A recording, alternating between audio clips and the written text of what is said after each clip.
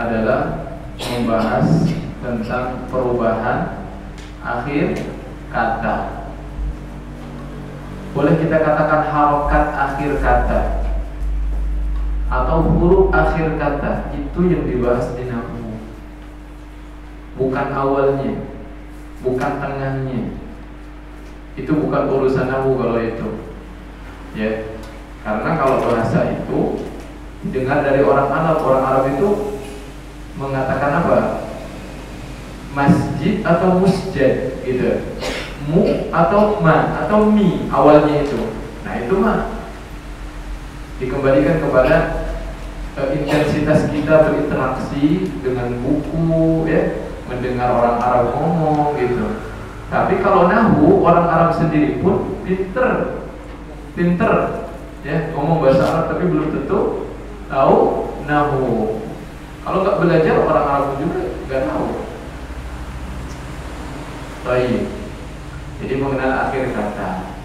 Kemudian tadi kita masuk ke dalam gambaran metode MLP itu apa? Dari M, L, dan P.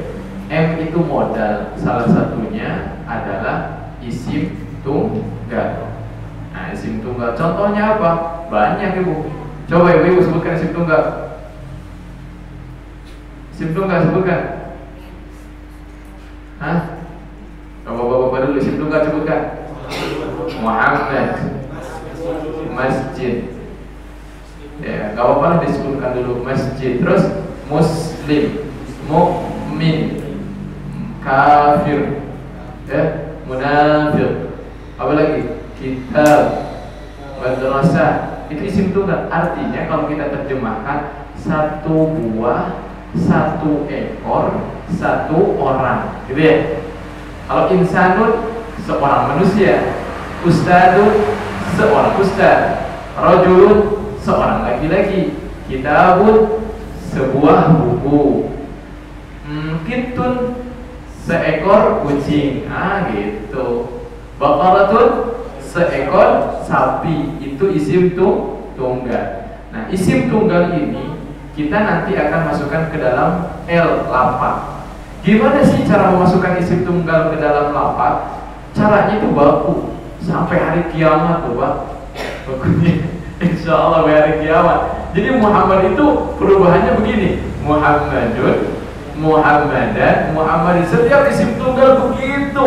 Baqarah, baqaratun, baqaratan, baqaratin, kitab, kitabun, kitaban, kitabin. Step terakhir yaitu P, penjualnya. Siapa yang akan menggunakan L1? Tadi sudah saya kasih bocoran.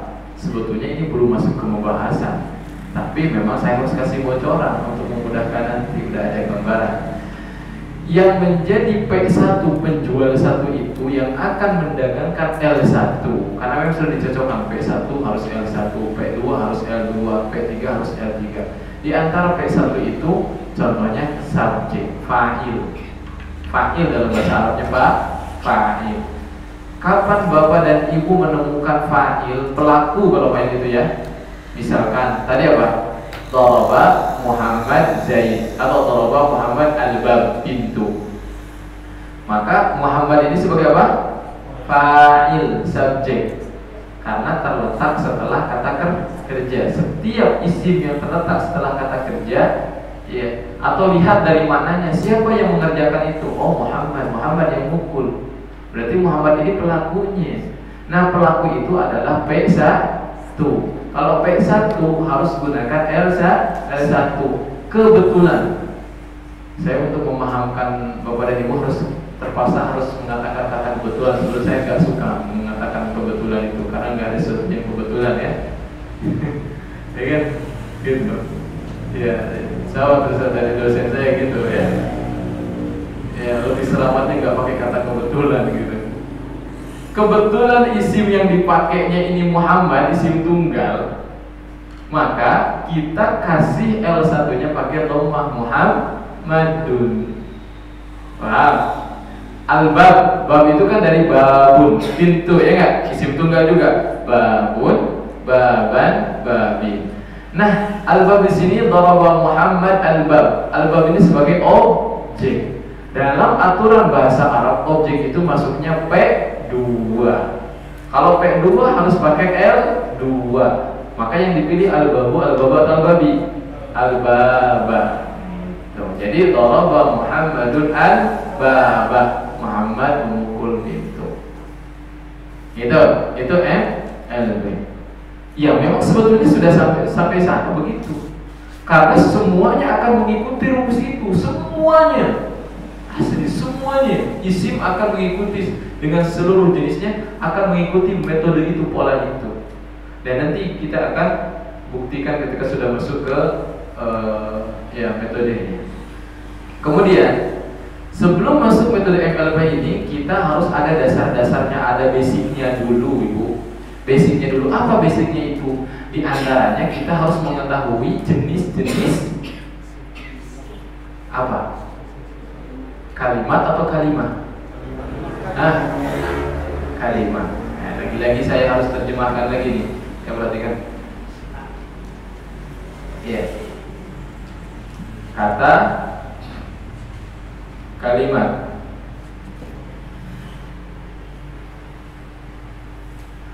Kalimatun, jumlatun. Bahasa Arabnya kata adalah kalimat. Bahasa Arabnya kalimat adalah jumlah. Jadi ini dengan ini tuh beda. Itu yang catat dulu ya, fiksi itu ya. Baik. Dan kata atau kalimat ada berapa jenis? 3. Ismun, fi'lun, harfun. Kata benda, kata kerja, huruf. Kata benda tadi ada tanda-tandanya. Nah, contohnya tadi di latihan ya. Coba kita masuk ke latihan. Ya, latihan tadi yang nomor 8 tadi. Ya, kita bahas bareng-bareng. Isim, Zaidun. Itu ada tanwinnya, ya kan? Nah, memang tanda isim adalah tanwin. Fi'il. Apa jawabannya? Kataba, itu fi'il. Ustaz kan qalat itu fi'il juga, betul. Tapi kurang tepat.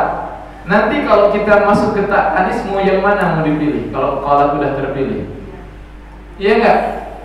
Mau milih kataba, enggak ada tak tanisnya. Huruf itu kan ilah juga huruf, bener enggak?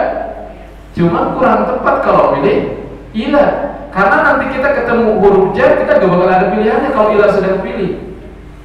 Nah, makanya harus yang tepat. Huruf itu adalah summa. Huruf jar sekarang, mana huruf jar? Ila. Tanda isim mana? Sebetulnya di Zaidun juga ada tanwin, betul tidak? Cuman kalau kita pilih Zaidun, tanda isim, nanti alnya apa tuh? Gak ada pasangannya. Tanda isim itu alif lam. Tanda fi'il qad. Sebetulnya qad juga tanda fi'il, tak tanis kan? Benar nggak? Iya. Jadi harus yang paling tepat. Nah, tak tanis baru qad. Tentukan tanda-tanda isim pada kalimat berikut. Ya, itu yang kosong yang pertama itu berarti yang di belakang mim itu ada apa? Ada ba, huruf jar, bi. Itu kan huruf jar. Itu tanda isim. Setiap ada huruf jar pasti di depannya isim. Itu tuh dari begini, Bu. Bi ismun. Dalam ini udah jadi rosem. Udah jadi rosem. Ya, paham nggak? Rosem itu udah jadi tulisan. Di Al-Quran pakai rosemnya begitu. Jadi digabungkan, dihilangkan ini. Bis. Ini tuh ba. Ini adalah tanda isim. Kenapa? Karena ini adalah isim. Ismun, isman, ismin. Isim itu sendiri adalah isim. Kata isim sendiri adalah isim. Ismun, isman, ismin. Ada tanwinnya kan? Atau al-ismu, al-isma, al-ismi kalau pakai alif lam. Ya. Berikutnya pada Allahi ada alif lam. Allah, alif lam syamsiyah. Itu tanda isim. Kemudian hi-nya kasrah. Ar-Rahman alif lam. Ni kasrah, ya. Ar-Rahim alif lam, mi-nya kasrah. Tadi ada yang jawab Ar-Rahim, hi katanya. Hi itu kata bapak-bapak atau ibu-ibu. Hi tandanya, bukan. kasrah ini yang di akhirnya saja, di akhir kata, bukan di tengah-tengah, nggak dianggap. Ya, di tengah-tengah nggak dianggap. Ya, baik. Nomor 3, tentukan jenis kalimah-kalimah berikut ini dengan memberikan tanda centang. Ya, at-tauhidu isim, asyirku isim, tandanya alif lam, rububiyatun isim, tandanya tanwin, wajibun isim, tandanya tanwin, asroka fi'il. Pokoknya fathah itu tuh ya fi'il dia. Asroka abada. Nah, kalau isim itu abdun, paling hamba, benar nggak? Ada tanwinnya. Kalau ini mah abada, menyembah. Sajada fi'il, bersujud. Raka'at fi'il. Ila al-harf, fi al-harf, an al-harf. Baik ya. Kita masuk ke dalam pembahasan kita, yaitu mengenal rangkaian kalimat. Ya, ini nanti di bagian B, persamaan dan perbedaan antara jumlah ismiyah dan fi'liyah. Ini harus fokus, jangan meleng, ya. Ini dasar yang harus diketahui. Tahu ini, kayak bisa ini pecah. Kalau pecah, paham gitu, ya. Tapi kalau nggak pecah-pecah, nggak paham nih. Ya, baik. Nah, sekarang tadi kan ada kalimat. Di dalam bahasa Arab, kalimat atau diistilahkan dengan jumlah yang merupakan rangkaian dari beberapa kata sehingga menjadi kalimat yang sempurna, memiliki aturan yang berbeda dengan bahasa Indonesia. Katanya gimana, Bu? Aturannya berbeda dengan bahasa Indonesia. Ustaz, memang gimana bahasa Indonesia? Jika dalam bahasa Indonesia kalimat yang sempurna memiliki tata letak SPOK, betul tidak? Subjek, predikat, objek, keterangan. Pokoknya SPO lah dalam bahasa Indonesia itu. Contoh saya ini ya, tulis. Jadi kalau kita nulis dalam bahasa Indonesia harus begini dulu, harus orangnya dulu. Misalkan Ali membeli sayur, harus begini. Ini namanya S, subjek. Ini namanya P, predikat. Ini namanya objek. Gak bisa membeli Ali sayur, gak bisa diletakkan di sini. Membeli Ali sayur. Apalagi sayur, membeli Ali. Gak bisa sayur, ya. Gak bisa. Harus begini, SPO letaknya. Gitu, nggak bisa dirubah kan? Bener nggak? Paham ya, Bu? Begini bahasa Indonesia. Sekarang kita akan cari tahu bagaimana bahasa Arab. Maka dalam bahasa Arab memiliki dua opsi penulisan, di mana pekerjaan boleh diletakkan di awal kalimat sehingga menjadi PSOK. Itulah gambaran awalnya. Namun ini jangan dijadikan kaidah, oh harus PSOK. Pokoknya ini memberikan gambaran saja dari saya, di mana bahasa Arab itu kata kerjanya boleh di mana, di depan. Boleh di depan. Contoh ya, contoh. Saya ganti ininya, biar mufradatnya, kata itu kalimahnya yang sudah tadi dikenal. Ali memukul lagi ya. Ini karena taunya memukul doang. Ali memukul apa? Tahu batu gak? Bagus saja, kayak batu, ya batu. Nah, gini. Ini begini susunannya kalau bahasa Indonesia. Kalau bahasa Arab itu boleh begini. Ali bahasa Arabnya apa? Ali. Nah, memukul bahasa Arabnya apa? Daraba. Nah, batu bahasa Arabnya apa? Hajar. P2 objek, P2 gunakan L2, bunyinya hajar. Kalau ini bunyinya nanti aja. Ya, baik. Ya. Boleh begini. Ini sesuai dengan ini. Susunannya benar nggak? Tuh, ini di sini pertama, kedua, ketiga. Itu enggak? Iya gitu. 1, 2, 3. 1, 2, 3. Ya. Ini bom tuh paham atau enggak? Atau kita balik kata kerjanya boleh di depan. Jadi gimana?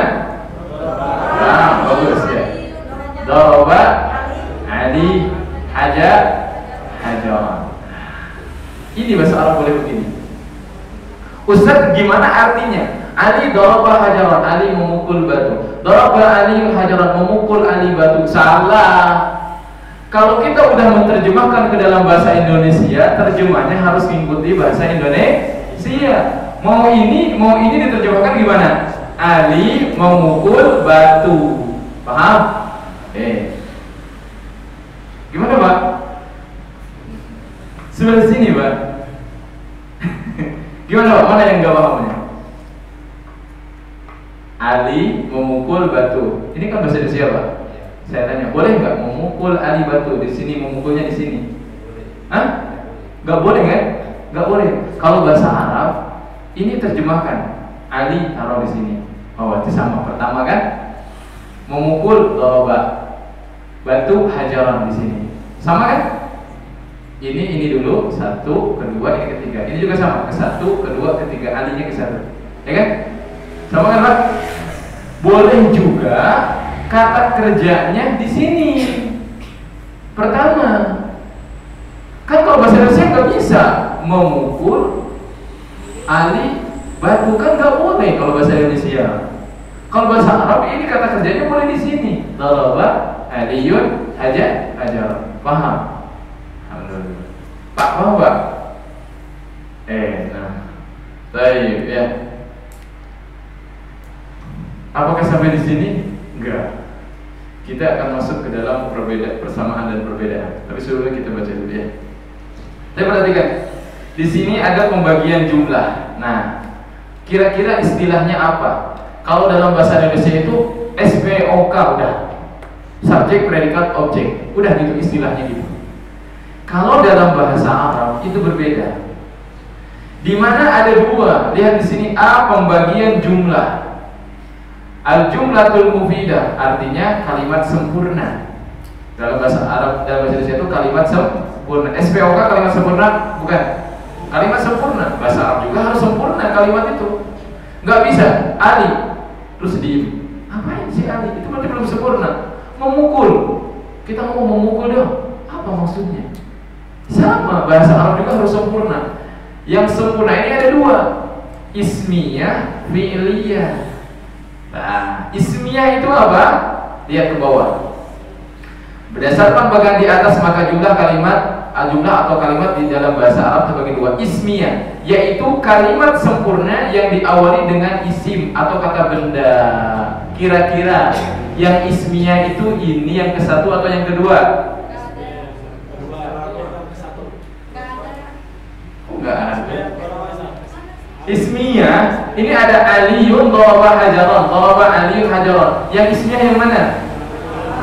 Yang pertama, karena diawali dengan i. Kalau ini apa? Fi'il. Ini disebut fi'liyah. Kalau bahasa Indonesia disebut apa? SPOK. Udah itu doang. Kalau dalam bahasa Arab ada dua. Ismiyah, fi'liyah. Ismiyah kapan? Ketika isimnya di awal. Fi'liyah kapan? Ketika fi'ilnya ditaruh di awal. Paham? Baik, ya. Nah, nanti fi'liyah itu, kalau fi'liyah, lihat fi'liyah itu rangkaiannya. Kalau fi'liyah, ya, atau ismiyah dulu deh, ya sesuai dengan ini. Ismiyah yaitu kalimat sempurna yang diawali dengan isim, kata benda terdiri dari rangkaian kata isim plus isim. Jadi ismiyah itu bisa isim dengan isim. Kalau ini kan apa? Isim plus fi'il. Yang paling enak itu isim plus isim. Itu sangat simpel sekali. Contohnya Muhammadun ustadun. Muhammad adalah seorang ustad. Udah sempurna belum itu? Sudah. Maksudnya ngerti nggak kalau saya bilang Muhammad seorang ustad? Ngerti nggak? Berarti sudah sempurna. Muhammadun isim, ustadun isim, yaitu yang namanya mubtada khabar. nantinya. Yang tadi itu ya, oh Ustaz pusing, jangan dulu bilang-bilang ada khabar, ya udah lupakan ya. Isim lah, isim ketemu dengan isim. Muhammadun Ustadun, udah sempurna, cocok. Isim ketemu isim berarti jumlah ismiyah. Tapi bisa juga isim ketemu fiil. Tapi selama yang pertama itu adalah isim, maka tetap disebut jumlah ismiyah. Mana contoh isim ketemu fiil? Contoh Muhammadun qoma. Apa artinya? Muhammad telah berdiri. Benar nggak? Itu ismiyah begitu. Kalau ismiyah tuh pernyataan ya, gitu ya. Ya, si Muhammad apa? Berdiri. Si Muhammad apa? Seorang ustaz, ya kan? Si Muhammad kenapa? Ganteng. Itu tuh jumlah begitu tuh namanya ismiyah. Ya, gitu. Baik. Ya, yang mudah lewat saja. Oke, kita masuk kedua, fi'liyah.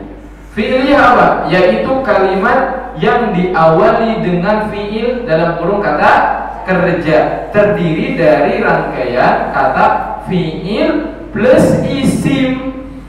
Kalau fi'liyah itu fi'il plus isim. Bedanya kalau isimnya apa? Isim plus isim bisa, isim plus fi'il. Kalau fi'liyah itu fi'il plus isim. Wah, harus sudah menghafal ini ya. Nanti juga terbiasa ya. Alhamdulillah. Contohnya qama Muhammadun. Sama artinya dengan Muhammadun qama, sama. Kan kata saya tadi gitu. Mau ismiyah atau fi'liyah, kalau itu aja Muhammadun qama atau qama Muhammadun, cara menerjemahkan ke Indonesia kita harus ikut aturan bahasa Indonesia. Pakainya SPO. Tetap qama Muhammad telah berdiri. Muhammadun qama Muhammad itu telah berdiri begitu. Kita masuk kepada persamaan dan perbedaan antara jumlah ismiyah dan jumlah fi'liyah. Ini para Bapak Ibu sekalian ya, ini perlu fokus kejelian di sini. Karena sebetulnya ini sebagai modal untuk kita mengetahui P. M-nya sudah tahu tadi, Masya Allah, isim tunggal ya. L-nya masukkan sudah, mungkin tadi Muhammadun, Muhammadan, Muhammadin, kitabun, kitabin. P ini dasarnya dulu. Perhatikan persamaan dan perbedaan antara jumlah ismiyah dan fi'liyah. Coba Ibu perhatikan dulu ya, ikhwah, para bapak, perhatikan dulu itu. Diperhatikan seksama. Kalau bisa tergambar di otak kita, Aliyun daraba hajaran, daraba Aliyun hajaran. Yang pertama ismiyah, yang kedua fi'liyah. Ya, saya kasih waktu dulu untuk merenungi itu. Bahasa Indonesia itu SPO, gitu aja. Dan istilahnya itu SPOK dalam bahasa Indonesia. Kalau bahasa Arab itu bentuknya dua, seperti itu. Ya, ayo Bu, kasih waktu dulu. Ya, boleh. Ya. Baik. Ya, setengah menit lagi saya kasih waktu untuk merenungi jumlah yang ada di depan. Ingat itu perbedaannya. Yang pertama, kalau di papan tulis itu hanya letaknya saja. Yang akan kita bahas setelah ini adalah istilahnya, penamaannya. Istilah penamaannya ini sangat berpengaruh kepada pembelajaran kita.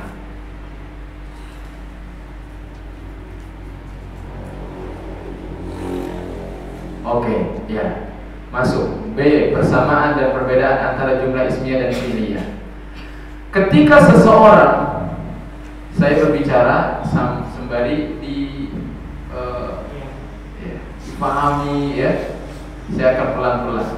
Ketika seseorang menerjemahkan jumlah ismiyah seperti Muhammadun qama, dan jumlah fi'liyah seperti qama Muhammadun ke dalam bahasa Indonesia, maka terjemahan keduanya sama karena mengikuti aturan bahasa Indonesia SPOK.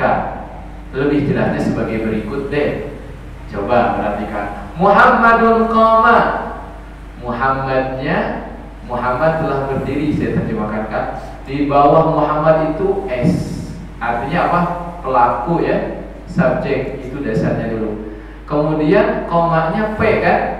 Nah, ya. Kemudian qama Muhammadun. Tetap diterjemahkan itu gimana? Muhammadun telah berdiri. Kenapa? Karena saya ketika terjemahkan ke dalam bahasa Indonesia, yang saya pakai tetap SPOK. Nah, sekarang perbedaannya. Adapun perbedaan antara jumlah ismiyah dan jumlah fi'liyah adalah perhatikan. Meski secara sekilas jumlah ismiyah itu lebih sesuai dengan SPOK dalam tata letak kalimat. Jadi jumlah ismiyah itu lebih sesuai dengan SPOK. Benar nggak sih? Benar lah. Lihat kok, jumlah ismiyah. Ini ismiyah kan? Lihat, ini ismiyah kan Bu? Ismiyah. Lihat, dari segi susunannya sama ya. Ini nomor 1, ini nomor 1. Memukul kan artinya doroba. Nomor 2, ini juga nomor 2. Batu ini nomor 3, ini juga ditaruh nomor 3. Sama gak susunannya? Fix sama susunannya. Seperti contoh di sini, Muhammadun qama, Muhammad telah berdiri. Muhammad nomor 1, koma nomor 2. Terjemahnya Muhammad nomor 1 telah berdiri nomor 2. Tak di sini. Namun, kata namun ini harus diperhatikan. Namun justru istilah subjek hanya dikenal pada jumlah fi'liyah. Istilah subjek katanya ini. Bu, disebut apa ini dalam bahasa Indonesia? Subjek. Harusnya ini namanya subjek. Harusnya ini namanya subjek. Oh, kelihatan Bapak? Ini kan Ali disebut apa? Subjek. Di sini loh saja S, jelas S. Terus bahasa Arabnya ngikutin ini urutan ini. Harusnya Ali ini dong ya sebut juga subjek. Apa bahasa Arabnya? Fa'il. Kalau subjek itu bahasa Arabnya fa'il pelaku subjek. Ya, harusnya gitu. Namun sekali lagi ternyata nggak begitu.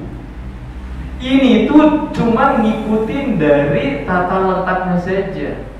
Adapun istilah nama itu tuh justru malah diambil oleh ini, oleh jumlah fi'liyah. Perhatikan di sini ya. Jadi di sini justru istilah subjek hanya dikenal pada jumlah fi'liyah yang populer dengan istilah fa'il. Begitu juga dengan predikat fi'il dan objek maf'ul lebih populer pada jumlah fi'liyah. Jadi istilah-istilah ini, kalau ini cuma meletakkan Ali memukul batu, kata ismiyah, ya udahlah saya ikutin letak kamu, boleh nggak? Boleh. Ya udah, Aliyun daraba hajaran. Ali kamu sebagai apa? Subjek. Bahasa Arab subjek apa? Fa'il. Katanya, namun mohon maaf sekali, saya ngikutin kamu dari sisi susunan saja, tapi saya nggak bisa disebut dengan fa'il. Justru yang disebut dengan fa'il itu malah ini jumlah fi'liyah. Ini fi'il predikat, ini fa'il subjek, ini maf'ul objek. Ngerti? Paham Ibu? Ya, baik ya. Bapak, saya akan tanya, jawab semuanya. Dalam bahasa Indonesia Ali disebut apa? Ini disebut apa? Ini disebut apa? Coba bahasa Arabkan S. Fa'il. Predikat fi'il, objek maf'ul. Ini kalau di bahasa Arabkan. Harusnya kalau secara sekilas ini jumlah ismiyah itu kan mirip di sini, sama urutannya. Ali dulu, kedua doroba, kemudian batu di sini. Harusnya Ali itu ya udah fa'il, fi'il, maf'ul, harusnya gitu. Namun dia nggak mau, nggak mau. Saya nggak mau ngikutin penamaan kalian. Ya, pergi saja ke jumlah fi'liyah. Mana jumlah fi'liyah? Oh, ternyata memukul ini diletakkan di awal fi'ilnya. Nah, baru sok silakan itu pakai istilah kalian. Doroba ini adalah predikat, bahasa Arabnya fi'il. Ali ini adalah subjek, bahasa Arabnya fa'il. Ini adalah objek, bahasa Arabnya maf'ul. Begitu. Ya, baik. Perhatikan. Jadi kesimpulannya, saya simpulkan. Istilah yang berlaku pada bahasa Indonesia SPO itu berlaku juga pada jumlah fi'liyah. Jadi kalau kita pakai istilah SPO, subjek, predikat, objek, fa'il, fi'il, maf'ul, itu berlakunya pada jumlah fi'liyah. Hanya saja dari segi peletakannya berbeda. Hanya tata letaknya saja yang berbeda. Berikut penjelasannya, saya jelaskan tuh. Muhammad telah ada qoma Muhammadun, fi'il tambah fa'il. Nah, ini jumlah fi'liyah, fi'il dengan fa'il. Muhammad telah berdiri, S-nya subjek fa'il, ya, telah berdirinya P, predikat dengan fi'il gitu. Jadi namanya sama tapi letaknya berbeda gitu, ya. Paham? Para ibu paham gak? Nah, halo. Ya di sini nih, makanya saya kasih waktunya agak lama sampai jam 2 bahas ini. Padahal ini tuh coba fokus aja. Jadi nanti ada ininya, kesimpulannya ya. Ketika bentuk sama maka istilah berbeda, dan ketika bentuk berbeda maka istilah sama. Itu bolak-balik. Ya, coba Bu, saya contohkan. Qoma Muhammadun, jumlah apa tuh? Bagus, fi'liyah. Qomanya disebut apa? Fi'il. Muhammadin disebut apa? Fa'il. Istilahnya sama ya dengan SPOK, subjek, predikat. Tapi dari segi susunannya berbeda. Kalau Indonesia kan harus orangnya dulu diletakkannya. Kalau ini fiilnya dulu, tapi malah istilahnya itu sama. Ya. Nah, berikutnya. Sedangkan pada jumlah ismiyah, kata benda yang berada di awal kalimat populer dengan istilah mubtada. Nah, jadi ini tuh nggak mau dibilang subjek, nggak mau dibilang fa'il, tapi maunya dibilang mubtada. Yang kata saya tadi, al-bait kabir. Al-bait itu isim di awal kata disebut mubtada. Sama, Ali juga di sini isim di awal kata disebut dengan mubtada. Ya. Sedangkan kata benda atau kata kerja setelah mubtada, karena tadi saya katakan kalau jumlah ismiyah bisa kesininya itu isim, bisa fi'il. Nah, baik isim atau fi'il yang terletak setelah mubtada itu bisa disebut dengan istilah khabar. Nah, lebih jelasnya sebagai berikut. Lihat, Muhammad telah berdiri. SP itu bahasa Indonesia ya kan? Iya kan? Ketika kita masukkan ke dalam bahasa Arab, Muhammadun qama, kita berikan sesuai dengan letaknya. Muhammad telah berdiri, Muhammad dulu. Ini juga sama, Muhammad qama, Muhammad dulu. Tetapi lihat penamaannya, Muhammad itu gak mau dibilang subjek, gak mau dibilang fa'il, maunya dibilang mubtada. Qamanya dibilang khabar. Nah, sehingga saya munculkan kaidah di sini. Ketika bentuk sama maka istilah berbeda. Benar nggak? Kalau bentuknya sama, antara Ali memukul batu, Aliyun daraba hajarun, bentuknya sama maka istilahnya berbeda. Karena Ali daraba hajarun, alinya nggak mau disebut dengan subjek tapi mau disebut dengan mubtada. Bagus ya. Baik. Dan ketika bentuk berbeda maka istilah sama. Bentuk berbeda, ini bentuknya beda. Ini dengan ini sama gak bentuknya? Ini dengan ini beda. Kalau ini alinya duluan, kalau ini normalnya yang duluan kata kerjanya, tapi istilahnya sama. Ali subjek, ini juga subjek fa'il. Subjek itu fa'il bahasa Arabnya. Ini predikat bahasa Arabnya fi'il tuh, memukul, daraba. Ini objek itu bahasa Arabnya Oke. Baik. Berarti kalau paham di sini, alhamdulillah ya, siap-siap nih mau menerima warisan ilmu nih. Ya. Baik, alhamdulillah. Kadang-kadang saya deg-degan kalau ngebahas yang ini. Karena ya itu tadi, ada yang sulit paham gitu. Ini saya tuh ngejar apa yang saya kejar. Saya pengen Bapak Ibu sekalian ketika mendapatkan ali darba hajaran, Bapak Ibu sekalian langsung nebak isminya, isim yang di awal disebut mubtada gitu. Saya pengennya begitu. Coba aliyun darba hajaran. Yuk, aliyun darba hajaran. Ali isim fi'il huruf. Isim di awal kata di awal kalimat disebut mubtada. Bagus. Sekarang daraba aliyun hajaran. Ayo. Jumlah apa ini? Jumlah apa ini? Karena diawali dengan darabatnya disebut dengan fi'il, alinya disebut dengan fa'il, hajarannya disebut dengan maf'ul. Masya Allah, istilahnya sudah keren nih, banyak.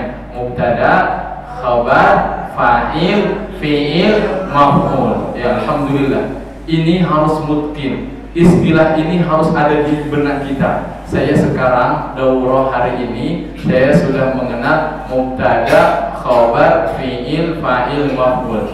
Coba, 1 mubtada, 2 khabar, 3 4 5. Ada bayangan nggak kalau mubtada itu kayak gimana? Ada, yaitu isim di mana? Di awal kalimat. Ada bayangan nggak khabar itu apa?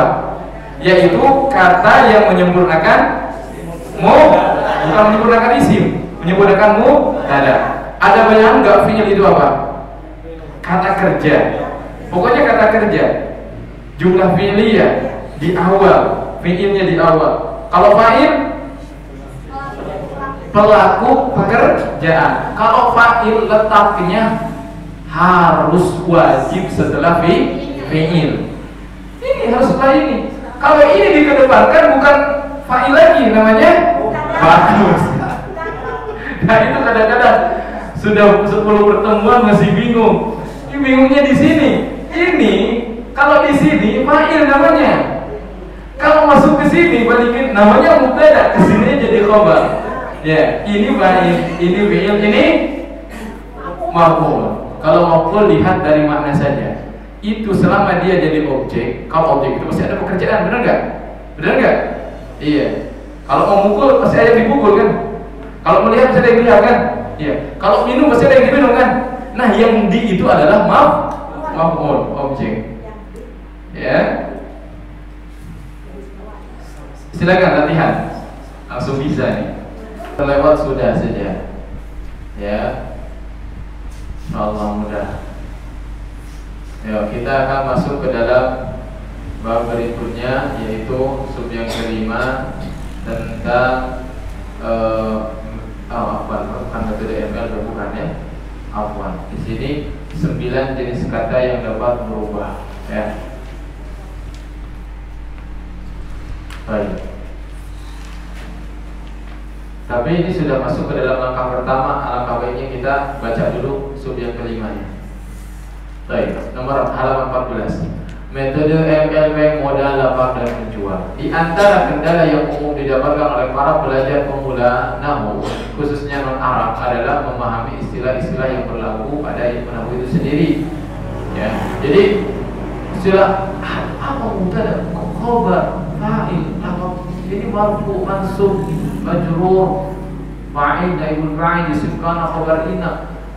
Di sini sudah disampaikan oleh ustadznya, tapi nggak tahu cara nyambunginnya. Itu kebanyakan.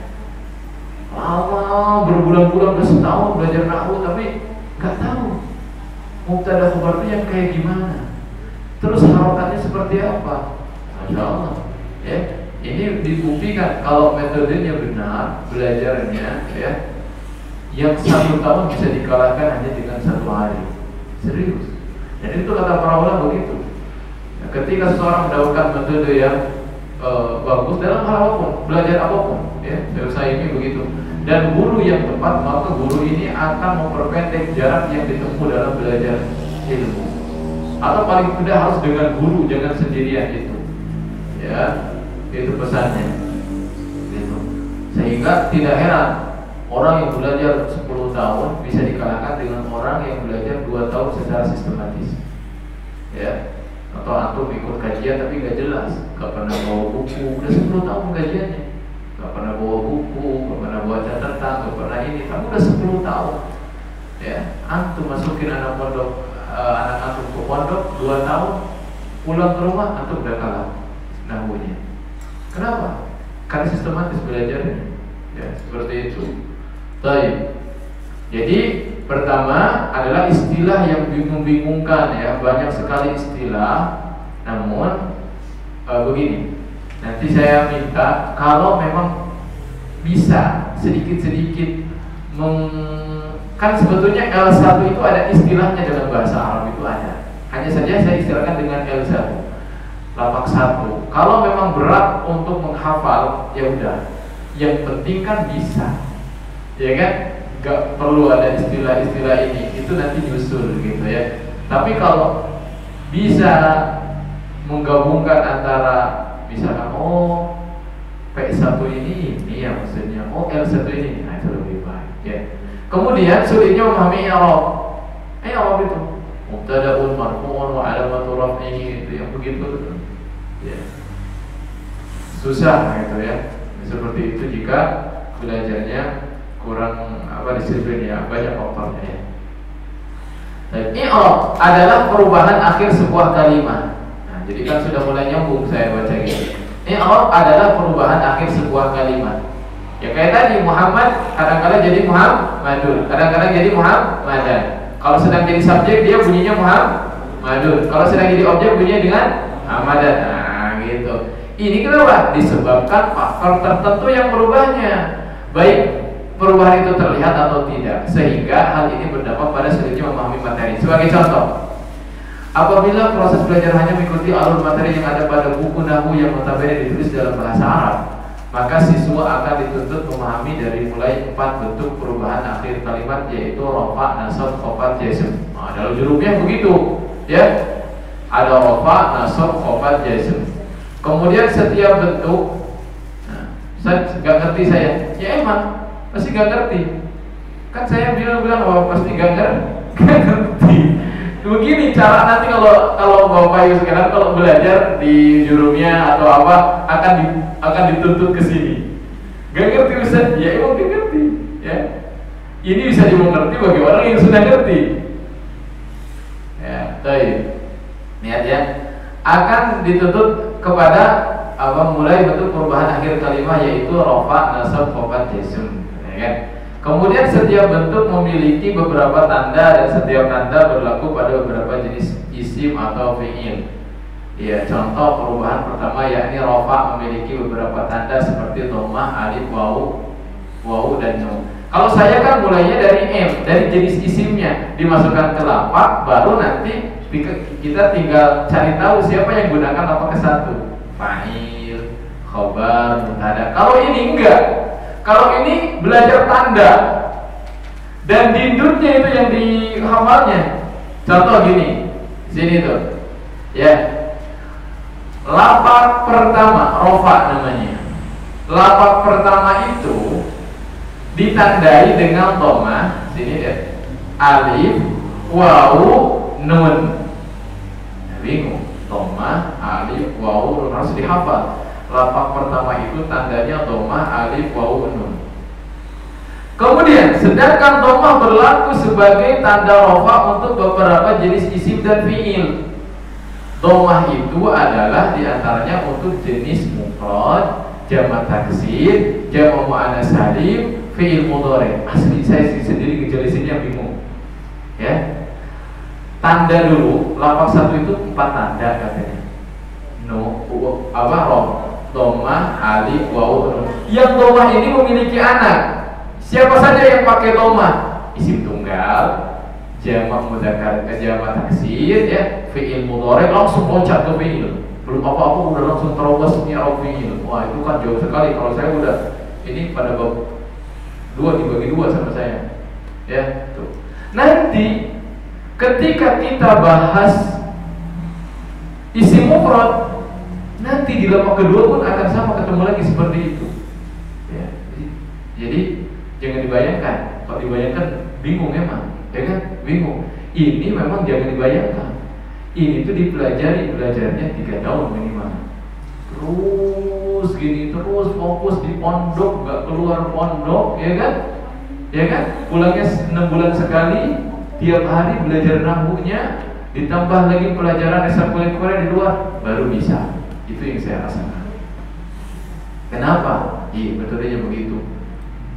Tanda-tanda dulu yang bayangkan kita suruh menghafal tanda. Ada domah, ada alif, ada waw, ada nun. Yang domah itu isim tunggal, ini. Nanti itu yang isim tunggal itu ada juga nanti ditanda apa gitu nanti itu. Itu yang membuat orang tuh mudah nyerah akhirnya di bab i'rab itu. Ya, dan antum gak bakalan ketemu sama itu, insyaallah. Gak bakalan ketemu dengan itu. Ya. Ketemunya tadi udah modal masuk 3 lafaz, kemudian tentukan P ini sebagai apa? Oh, mubtada. Saya tahu mubtada. Dia tulis di sini apa? Isim tunggal. Isim tunggal itu karena mubtada P1, pakai aja yang L1-nya. Muhammadun. Jadi sudah buat jumlah dia. Kenapa al-ustadzu ja'a? Kenapa enggak al-ustadzah ja'a? Kenapa enggak al-ustadzi ja'a? Ustadz itu isim. Isim di awal jumlah ismnya disebut mubtada. Mubtada itu P1, pakainya L1. Al-ustadz itu kan mufrad, tunggal. L1-nya al-ustadzu. Jadi bunyinya al-ustadzu, jangan al-ustadzah. Karena al-ustadzah itu L2, al-ustadzi L3. Sedangkan al-ustadzu itu mubtada. Mubtada itu P1. P1 gunanya apa? L1. Ya. Lihat, Zaidun daraba Umar, yang terakhir yang nomor 5. Zaidun daraba Umar. Kenapa Umar kok enggak Umaru, enggak Umari? Umaru itu kan apa satu? Apa ya? Jangan yang Umar. Umar itu jenisnya lain lagi. Apa? Abuka saja. Abuka itu kenapa di sini Abuka bapak kamu yajlisu 'alal kursi? Abuka itu dia perubahannya 3, Abuka, Abaka, Abika. Karena abuka itu kan bapak nama orang, yaitu isim di awal mubtada P1. Ya udah gunain L1-nya abuka, jangan abaka, jangan abika gunainnya. Karena dia mubtada. Gitu ya. Sama tadi nomor 4 juga. Ya. Para ikhwan dan akhwat sudah apa? Membuat jumlah isimnya dengan jumlah fi'liyah. Perhatikan harokatnya, dan itu masya Allah rata-rata mumtazah semua, mumtazun ya, dan mumtazah betul semuanya. Coba perhatikan harokatnya. Kenapa itu dhammah? Kenapa itu fathah? Itu karena bisa jadi yang satu jadi posisinya subjek atau yang satu jadi posisinya objek. Nah itulah yang akan merubah harokat sebuah kata itu berubah karena posisinya emang berubah. Nah itu,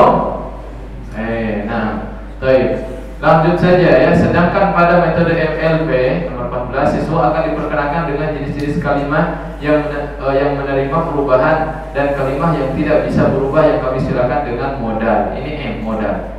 Dalam pembahasan i'rab, pertama-tama siswa akan mengenal jenis kalimat isim, barulah jika sudah tuntas akan masuk kepada babak fi'il.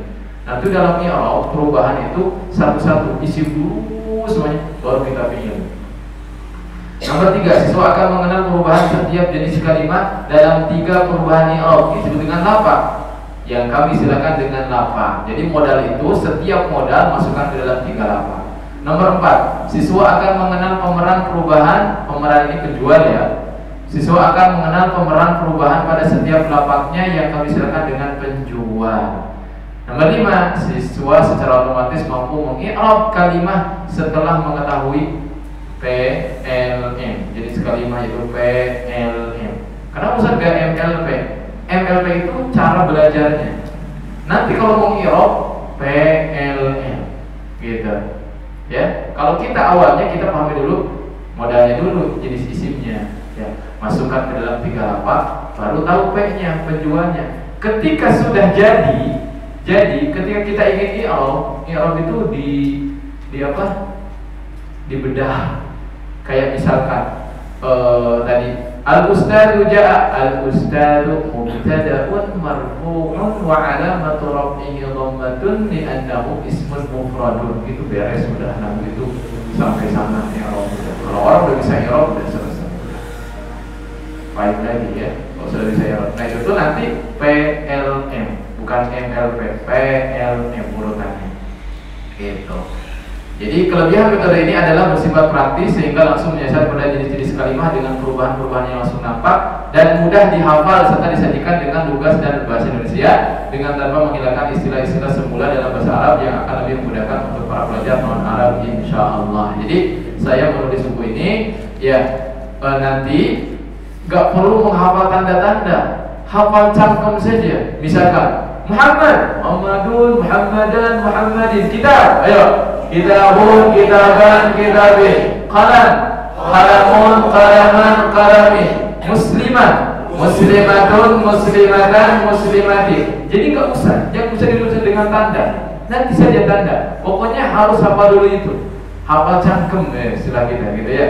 Baik, berikutnya kita masuk ke mana? 9 jenis kata yang dapat berubah. Ya. Baik.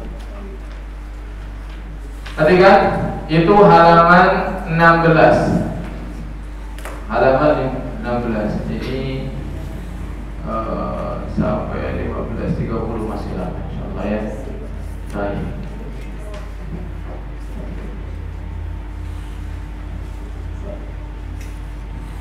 Ya, kita harus sampai ke halaman 30 ya, mudah-mudahan biar tamat semuanya. Ya. Memahami jenis-jenis kalimat. Langkah 1. Ini langkah 1. Apa itu? M. Ada 3 langkah. M, L, P. M sekarang. Jenis-jenis kalimat. Modal. Kalau kita ingin jualan harus punya modal. Jenis kalimat telah dikelompokkan menjadi 3, yaitu apa? Isim, fi'il, dan huruf. Tadi sudah belajar isim apa tanda-tandanya, fi'il bagaimana, huruf bagaimana. Namun ditinjau dari perubahan setiap jenis.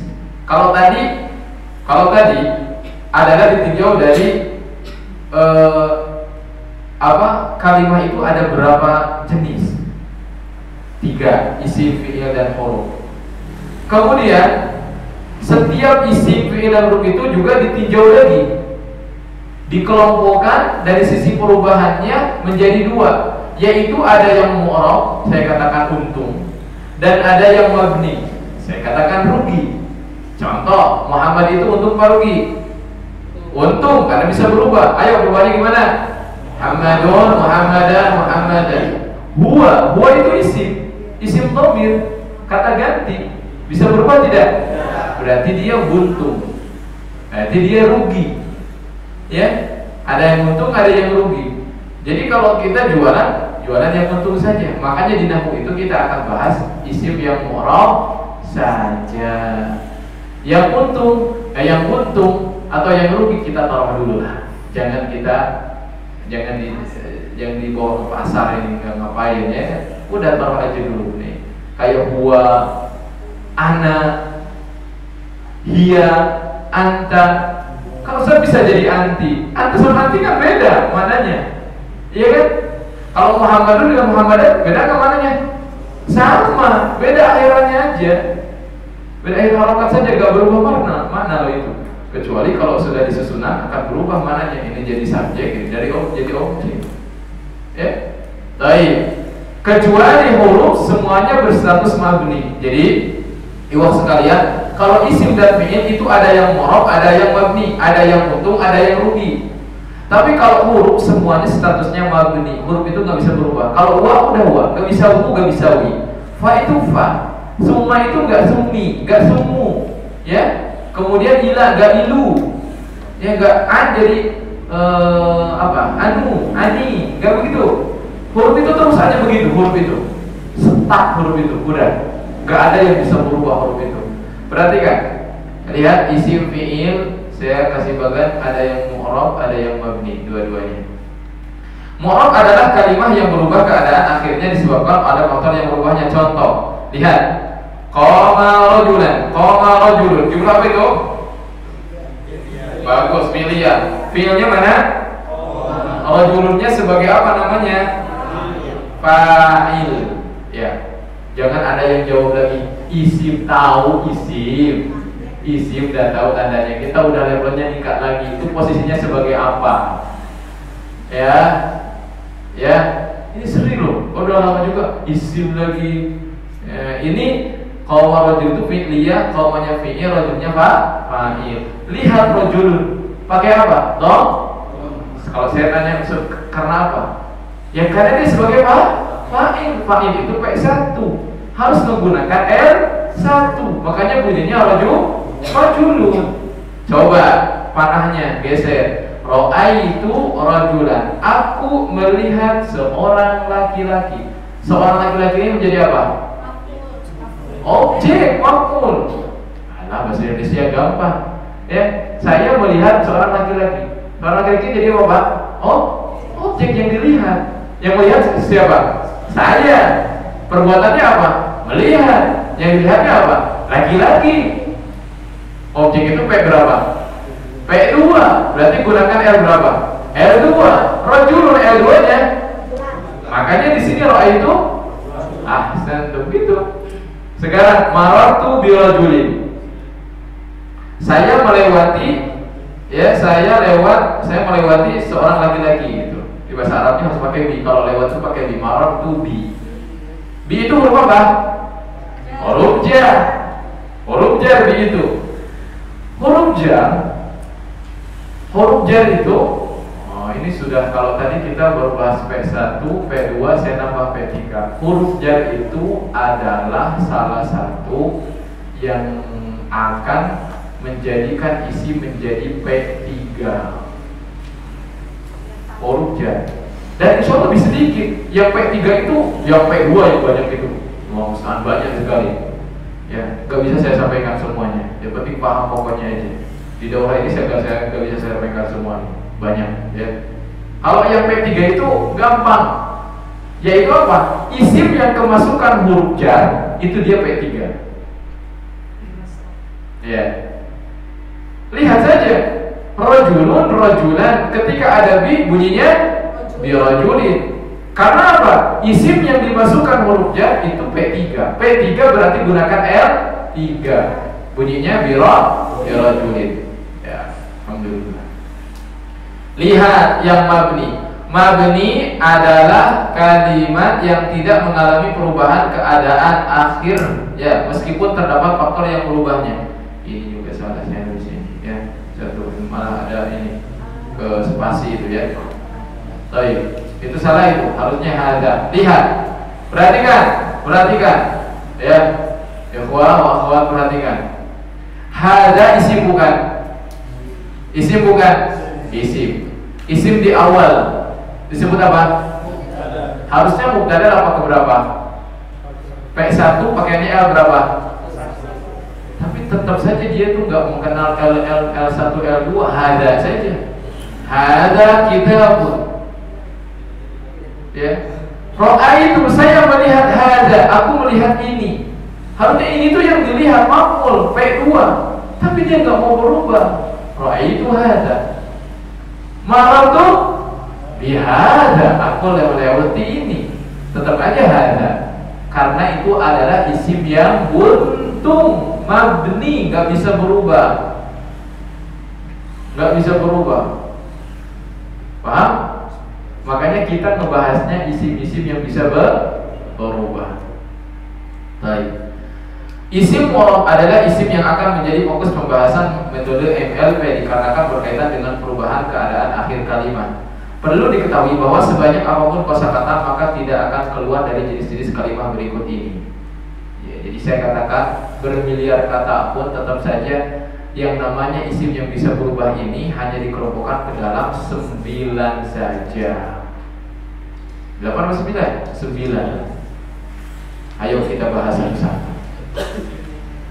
Ya, kita bahas satu-satu.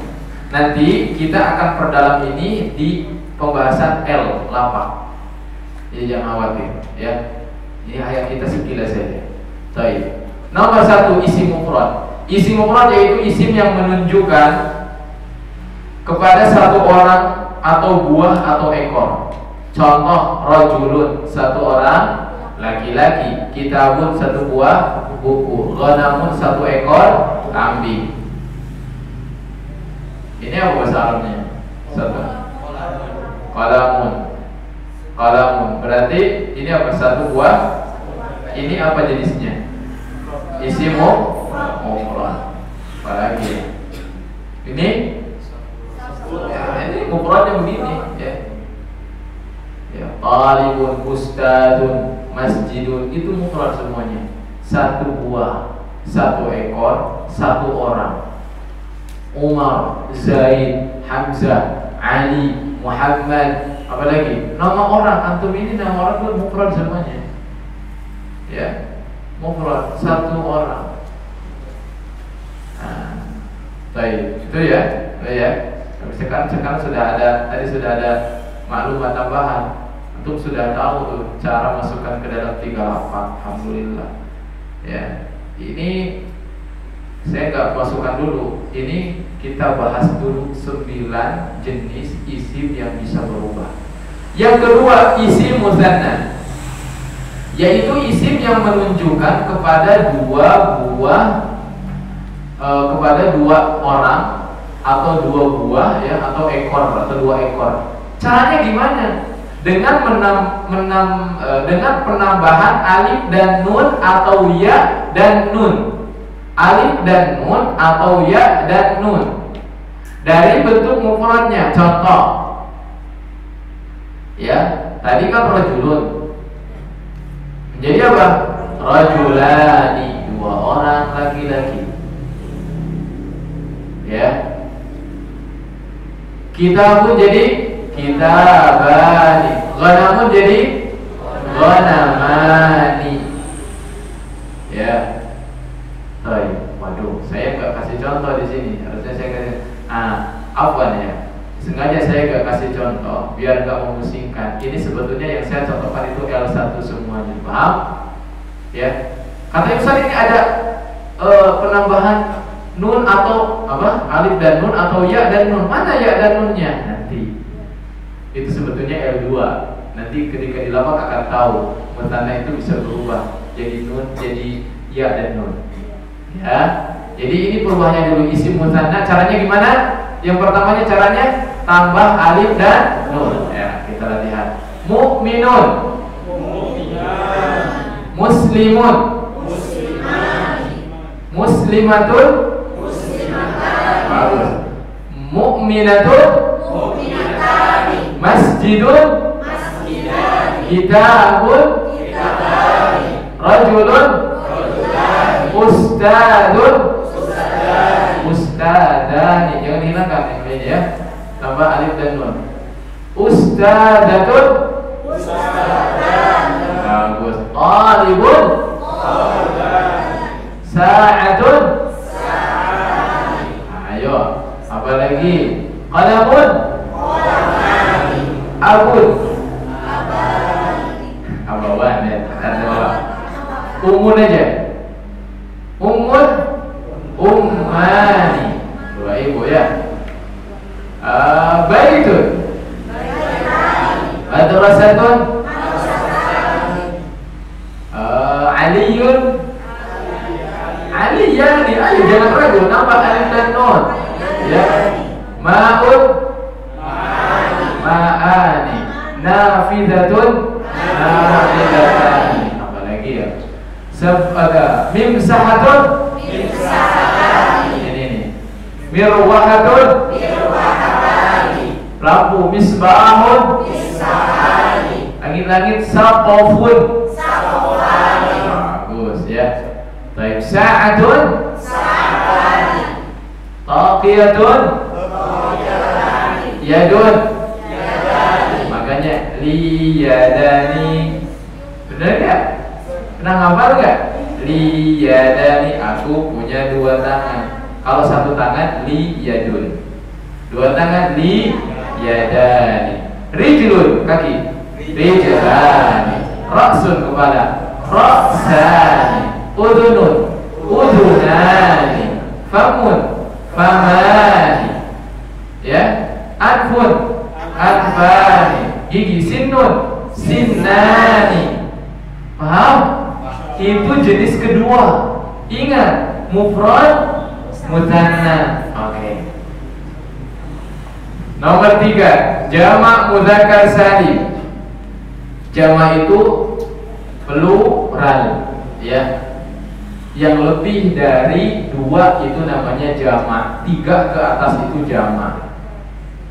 Yaitu isim yang menunjukkan kepada jumlah yang banyak lebih dari 3 dengan penambahan wawu dan nun atau ya dan nun dari bentuk mufradnya. Contoh, mu'minun, mu'minuna, mu'minina. Nah, kalau saya ini langsung saya kasih semuanya ya, masalah. Baik, kalau ini nanti lengkapi ya, di sini nanti. Baik. Mukminun itu mufradnya, satu orang yang beriman. Mukminuna, orang-orang yang beriman. Mukminina, orang-orang yang beriman. Sama. Mukminuna dengan mukminina sama. Ustaz, bedanya apa? Mukminuna itu lapak ke satu, mukminina lapak kedua dan lapak ketiga. Paham? Baik. Ustaz, apakah setiap mufrad dijamakkan begini? Rijlun, rijluna, kitabun, kitabuna. Enggak. Jamak itu enggak begitu. Jamak itu sesuai kita mendengar orang Arab. Orang Arab itu ngejamainnya itu gimana? Sehingga jamak itu dibagi ke dalam 3. Nomor 3 yaitu jamak mudzakkar salim, nomor 4 jamak muannats salim, nomor 5 jamak taksir. Ingat, ulang. Ikuti saya. Jamak terbagi ke dalam 3. Ayo. Tidak semua mufrad, ayo. Dijamakkan menjadi jamak mudzakkar salim. Akan tetapi isim mufrad itu ada yang dijamakkan ke jamak mudzakkar salim, ada yang dijamakkan ke jamak muannats salim,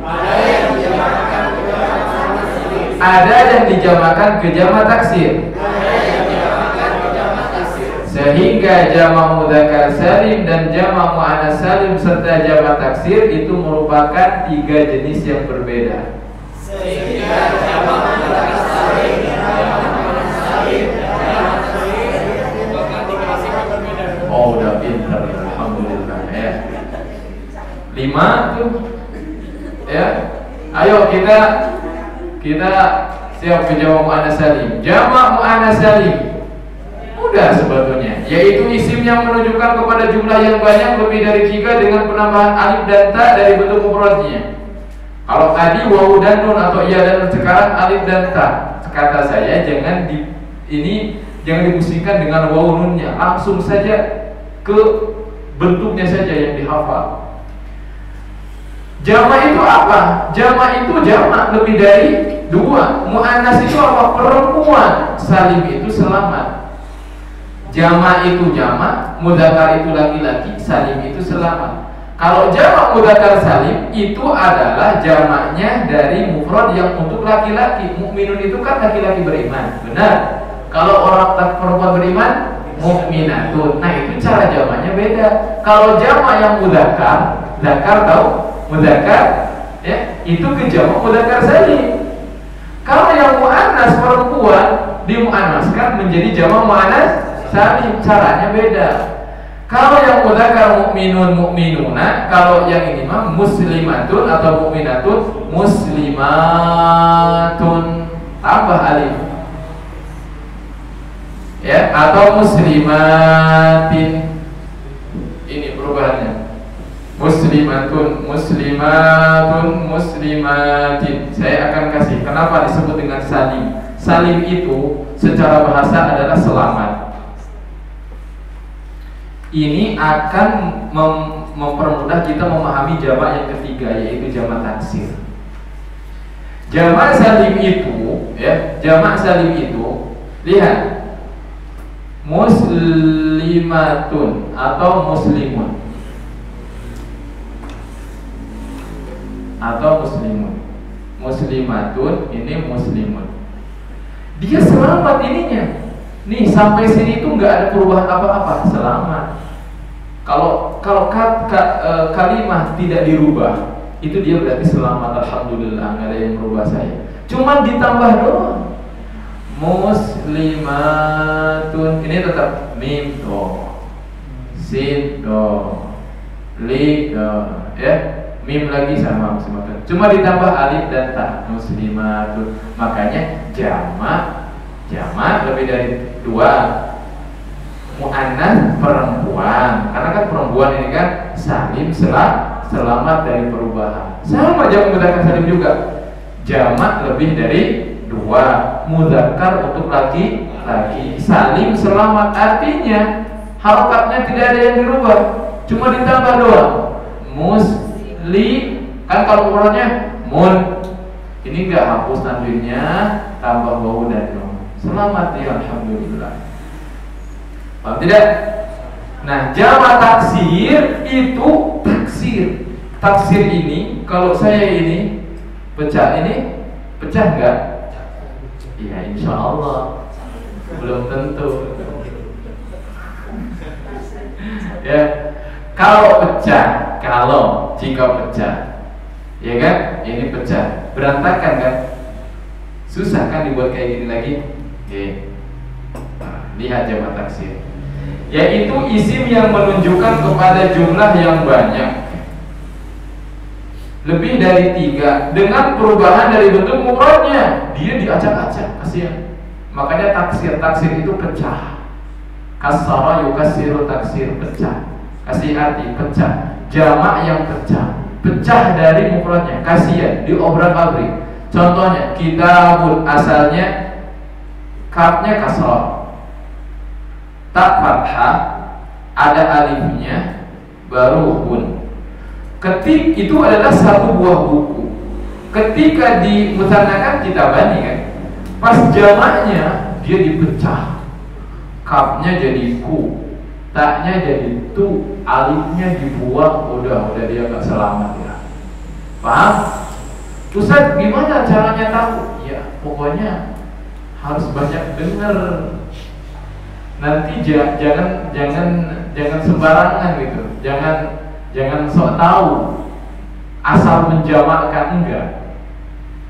Orang Arab menjamin kayak gimana? Ustaz kan di sini orang Sunda semua orang Arab, udah ada banyak kamus bu. Ya, jadi lihat di kamus kata mufrad tersebut jamaknya jadi jamak apa? Ya, dari jamak apa? Bisa kan jamak mudzakkar salim? Ya, kalau yang jamak muannats salim itu paling nggak mungkin jadi jamak mudzakkar salim, jadi cowok pasti jadi cewek ya, jadi transgender gitu ya.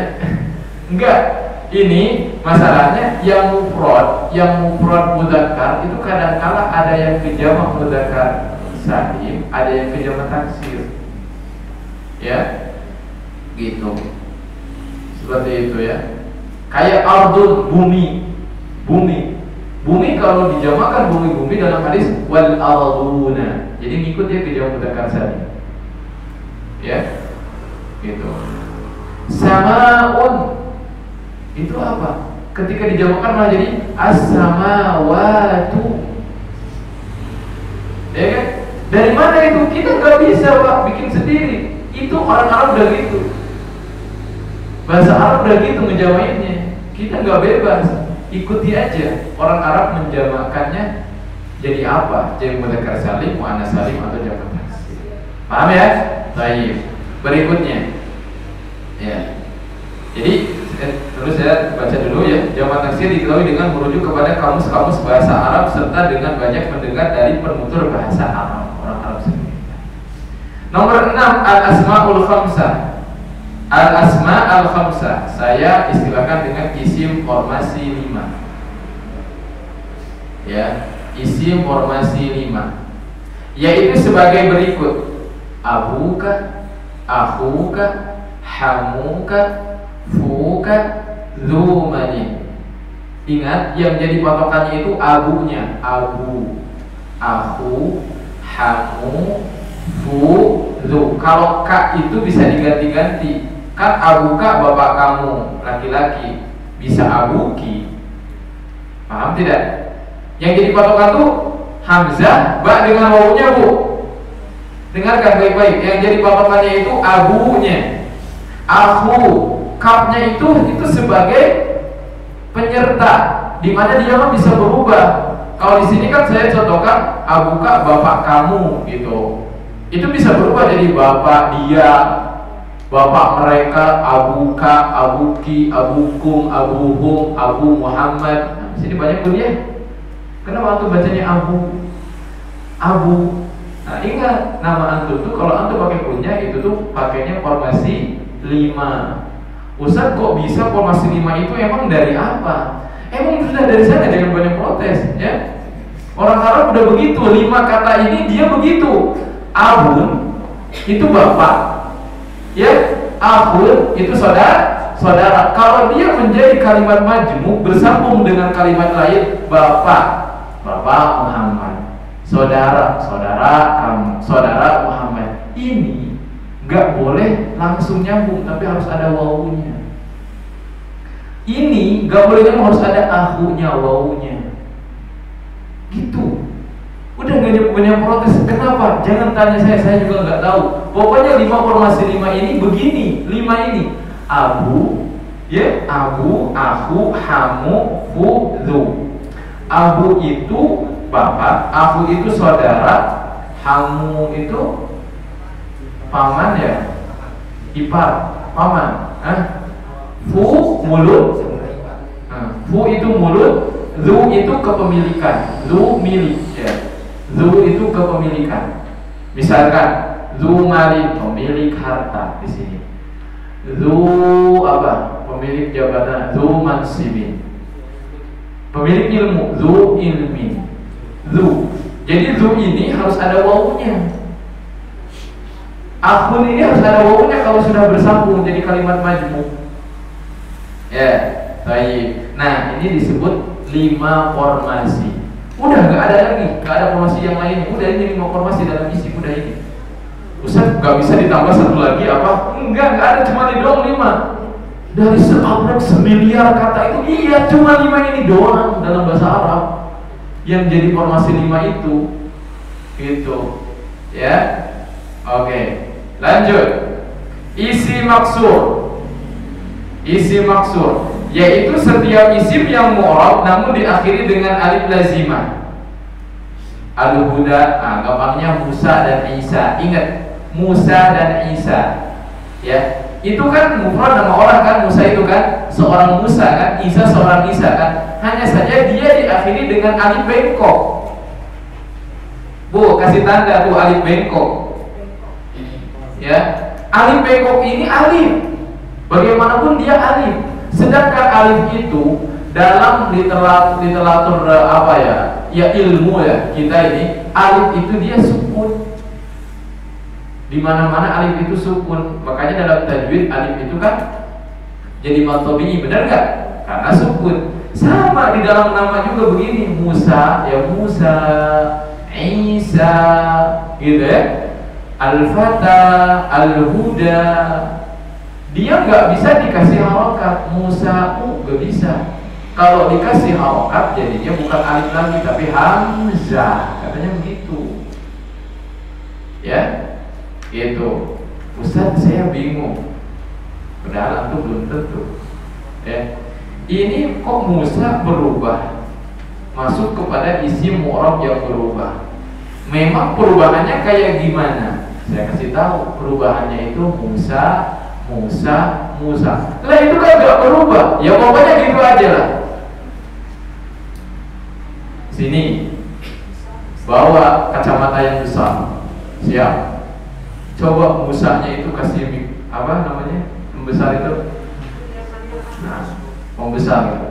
Dilihat Musa. Oh iya Ustaz, ada itu domah cuma gak kelihatan. Musa'u Musa A Musa I Ustaz, gitu kan. Pas digini enggak kelihatan lagi. Ya begitulah orang Arab ya, banyak alasan. Jadi katanya Musa ini, saya sampaikan aja, Musa ini isim yang bisa berubah. Walaupun pada kenyataannya kita nggak bakalan lihat perubahan. Musa tiga. Kenapa sih Musa itu nggak seperti Huwa? Kan Huwa itu ke isimnya nggak bisa berubah, nggak bisa Huwa, Hui, disimpan aja. Tapi Musa ini orang Arab nggak mau nyimpen. Kenapa? Alasannya dia mungkin seorang nama. Terus selama masih punya alasan, masih bisa mengelak, dia orang Arab gak nyerah. Musa itu sebetulnya gini, itu tuh Musa'u, Musa'a, Musa'i. Karena alif itu, sedangkan alif kalau kita kasih harokat bakal berubah jadi hamzah. Jadi mohon maaf, saya memohon maaf kepada anda sekalian yang belajar ilmu nahwu, bahwasanya kalimat Musa itu perubahannya tidak bisa kami perlihatkan. Itu rahasia kita bersama. Tapi ingat, di dalamnya itu ada dhamma, ada fathah, ada kasrah. Terus mau gimana lagi kalau sudah ulamanya bilang begitu? Gak bisa kita buat sesuatu yang baru, ya udah begitu. Paham? Ya kan? Ustaz, emang ada faedahnya yang gitu? Ada. Ya, orang-orang sesat karena ini juga. Ya, orang bisa sesat karena Musa ini. Kalimat Musa, wa kallamallahu Musa. Kalau kita katakan Allah mengajak bicara Musa, Allah mengajak bicara Musa. Kenapa? Kalama itu fi'il. Allah itu terletak, kalimat Allah itu terletak setelah fi'il. Dia fa'il, berarti yang mengajak bicara. Musa ini berarti objeknya, karena urutannya dalam Al-Quran wa kallama Allah fa'il, ini Musa. Itu Ahlus Sunnah. Musa objek dia yang diajak bicara. Ahlul batil, orang yang sesat, punya kesempatan di sana. Kan Musa itu kan nggak bisa kelihatan di harokannya. Bisa saja kan itu kita baca saja wa kallamallaha Musa. Jadi Musa itu kan nggak kelihatan, kita katakan saja kan Musa itu bisa aja dia lafaz pertama dhamma, jadi sebagai fa'il. Allahnya dijadikan jadi lafaz kedua. Ya, lafaz Allahnya jadi maf'ul. Jadi mereka mengatakan Musa yang ajak bicara Allah. Lihat, dari nahwu mereka bisa bermain-main agama. Tapi apa Ahlus Sunnah mengatakan? Enggak. Secara asal susunan yang benar itu, kalau ada wa kallamallahu Musa taklima, kalamanya fi'il, setelah fi'il itu fa'il. Gak boleh tiba-tiba maf'ul, dia Allahnya menjadi lafaz yang maf'ul. Ya, gitu. Ya, jadi itu saya tadi sampaikan bahwasanya nahwu ini ya bukan kita untuk berbangga-bangga saya paham nahwu, tapi sebetulnya adalah untuk memurnikan agama ini. Ya, nahwu itu. Tahu ya, itu Musa Isa begitu dia. Ya. Nah, jadi tadi Isa itu Isamu, Isa, Isa, I. Cuman kalau begitu, lah, kan alif. Kok alif berharokat jadi hamzah? Oh ya udah, gak mau jadi hamzah. Ya udah tetap aja Isa. Tapi ya berbisik. Saya pengen punya tanda ya, dhamma, fathah, kasrah, tapi sembunyikan. Nanti ketika di i'rab itu nggak mau kalah dia. Ketika Isa itu kan, kalau huwa itu kan, kalau huwa kan ismun dhamir mabni, buntu udah. Kalau Isa itu enggak. Isa mubtada'un marfu'un wa alamatu raf'ihi bi dhammatin muqaddaratin, dengan dhammah yang disembunyikan. Jadi begitu nanti. Tetap dia di i'rab seperti isim-isim yang lainnya gitu. Kalau yang mabni kan enggak. Ismun mabni khalas. Sudah selesai, ya nggak bisa berubah dia.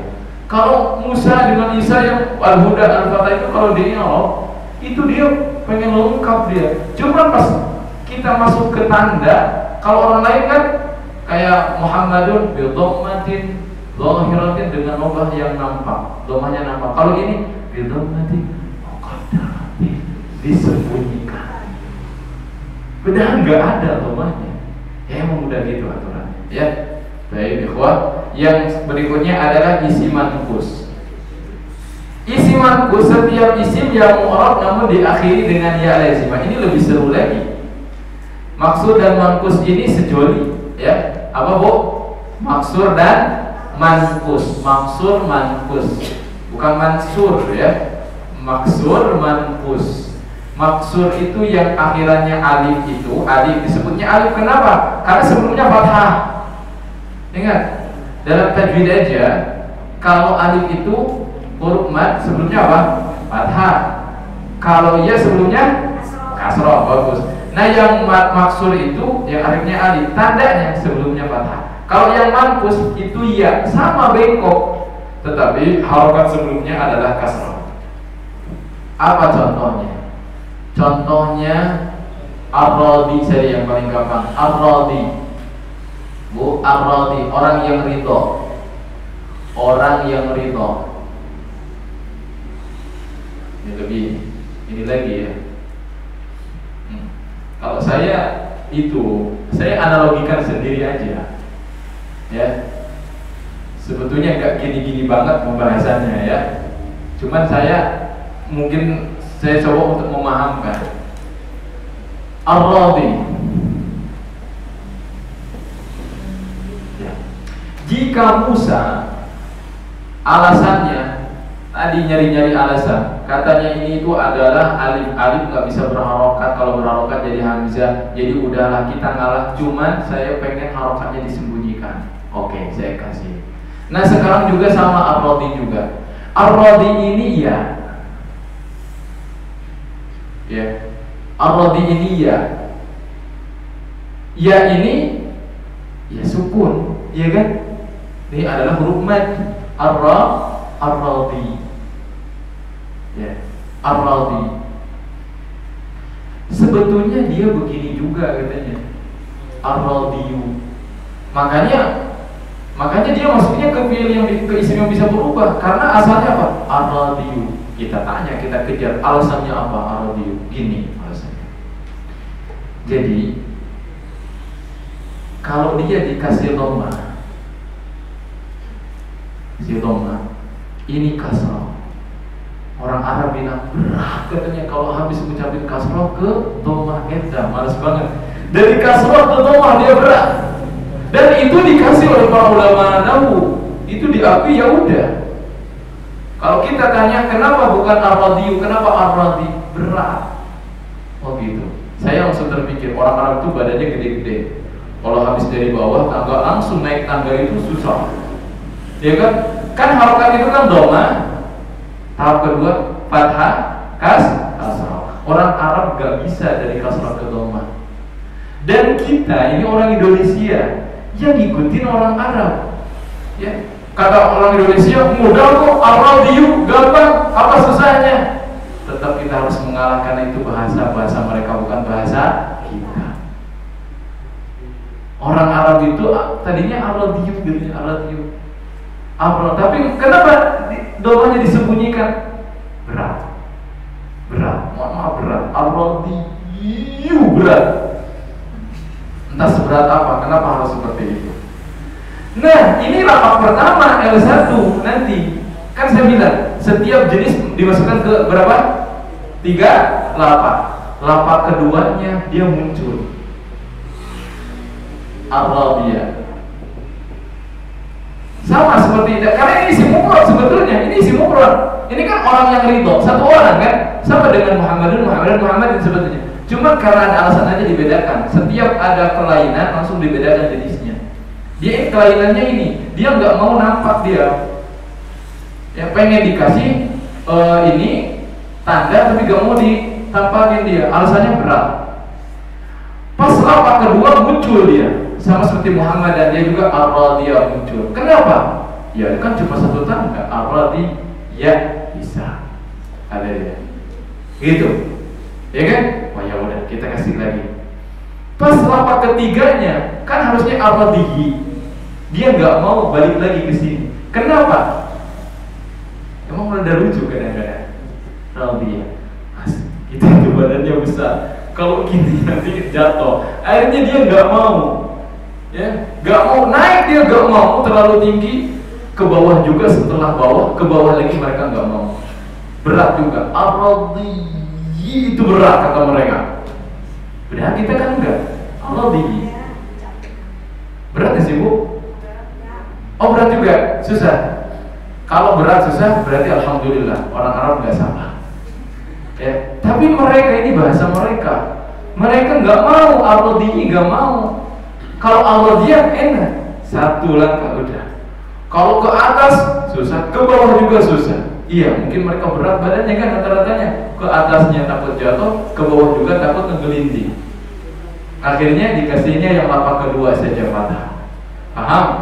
Ya. Ya. Oke. Iya. Yang apa? Maksud yang tulisan pusat. Nah. Kalau misalnya saya nih nyeleneh gitu, ya alif bengkoknya itu jadi alif berdiri itu masalah. Dikinikan. Iya.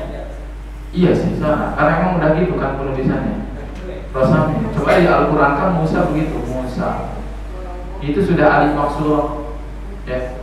Udah alif maksurah penulisannya Allah setahu saya. Ya, Isa begitu penulisannya. Ya. Baik, yang terakhir, ya, yang terakhir, alhamdulillah cepat ya. Yang terakhir isim ghair munsharif. Isim ghair munsharif itu apa? Isim yang tidak dimasuki oleh tanwin.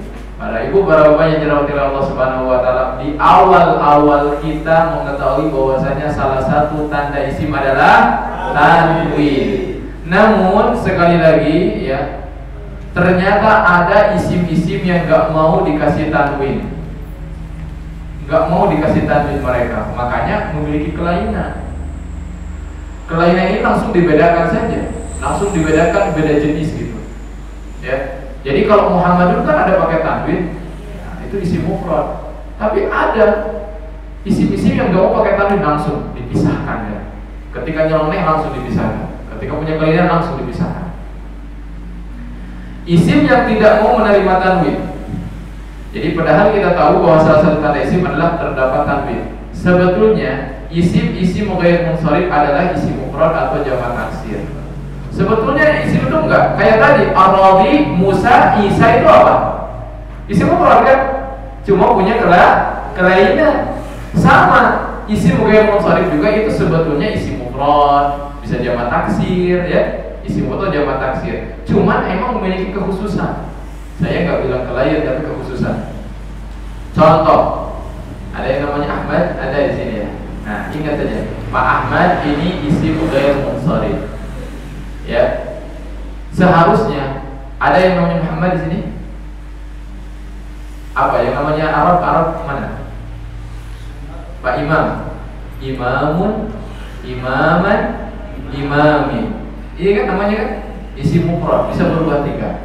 Pak Ahmad juga sama isim mufrad, cuman punya kelainan. Gak mau dikasih tanwin, sehingga nanti tiga lafadznya itu Ahmadu, Ahmada, nggak ada Ahmadi. Kalau Ahmadi sama dong. Ahmadu, Ahmada, Ahmada. Ahmadu, Ahmada, Ahmada. Ustaz sama tapi dikasih lafaz, jangan banyak tanya, pokoknya lafaznya tiga dulu aja. Ahmadu, Ahmada, Ahmada gitu. Ya, ini sekali lagi untuk saya permudah. Saya masukkan ke dalam lafaz itu untuk saya permudah seperti itu. Ahmadu, Ahmada, Ahmada. Ini. Ya. Sebetulnya isim mufrad bukan? Antum. Isim mufrad hanya saja punya kekhususan tertentu. Gak mau menerima tanwin, karena gak mau menerima tanwin dihukum. Jangan pakai lafaz ketiga antum. Jangan pakai Ahmadi. Antum lafaz ketiganya pakai Ahmad. Salah sendiri gak mau terima tanwin. Dihukumlah isim ghair munsharif itu siapa saja? Aisyah itu isim ghair munsharif. Nama-nama nabi yang dari ajam itu kebanyakannya isim ghair munsharif. Karena cuma sedikit saja yang bahasa Arab itu. Lut, Nuh, ya pakai tanwin. Kebanyakannya Ismailu, Ibrahimu, Ishaqu, Yaqubu, itu semuanya nggak pakai tanwin, Bu. Makanya Ibrahimu, Ibrahimah begitu. Ya, baik. Kita sekilas saja bahas isim mabni ya. Santai saja bahas isim mabni ini. Isim mabni adalah sebagai berikut: isim dhamir, kata ganti. Contoh huwa, ana, anta. Gak bisa anta jadi anti. Kalaupun jadi anti itu sudah berubah mana lagi. Ingat, yang dimaksud isim mu'rab itu adalah isim dengan satu arti tapi beda bentuk. Bukan satu bentuk bisa berubah kemudian berubah juga artinya. Itu berarti bukan mu'rab. Kayak anti jadi anta jadi anti, itu bukan mu'rab. Itu tuh berubah arti. Makanya berubah. Anta itu kamu, anti itu kamu perempuan. Ya. Hada juga hada, enggak jadi hadi. Hadu enggak ada. Ya, jadi isim dhamir, isim isyarah. Isim isyarah itu adalah kata tunjuk ya, seperti ini, dalika, itu tuh nggak bisa daliki, daliku nggak bisa, tetap aja begitu. Isim mausul, alladhi, alladani, alladina, allati. Ya wah, ini nggak mungkin saya bahas ya dalam daurah ini seperti ini, karena ini bukan pokok juga. Cuman hanya sebatas tahu saja lah sekilas ya. Isim istifham untuk bertanya, man, siapa? Man itu kan, man anta, siapa kamu? Itu dua-duanya itu isim mabni itu. Man nggak bisa jadi man, mana nggak bisa, tetap aja man. Kaifa halu, jadi nggak bisa kaifi halu, kaifu halu nggak bisa, kaifa halu. Ya, kam hada, berapa ini nggak bisa jadi kamu, kami nggak bisa. Ya, isim isyarah, isim syarat sama man ya, man, mata, mahma. Nah ini semuanya isim mabni ini bisa kita bahas setelah antum paham, antum belajar, ya ada pembahasannya. Ya, yang jelas kita tahu saja, antum fokus kepada 9 jenis isim yang bisa berubah, ya. Jadi antum dan antum fokus ke dalam 9 isim yang bisa berubah. Apa saja? Isim mufrad, mutsanna, jamak mudzakkar salim, jamak muannats salim, jamak taksir, formasi 5, maksud, manqus, isim tidak bertanwin. Ayo Pak, siap. Nah sekarang saya akan tambah. Ini tambahan saja, ya, tambahan saja. Diingat, alhamdulillah, enggak juga saya enggak maksa. Ya, mudzakkar dan muannas. Mudzakkar adalah kalimah yang menunjukkan kepada laki-laki, ya, udah paham lah ya, atau benda yang digolongkan kepada jenis seperti laki-laki.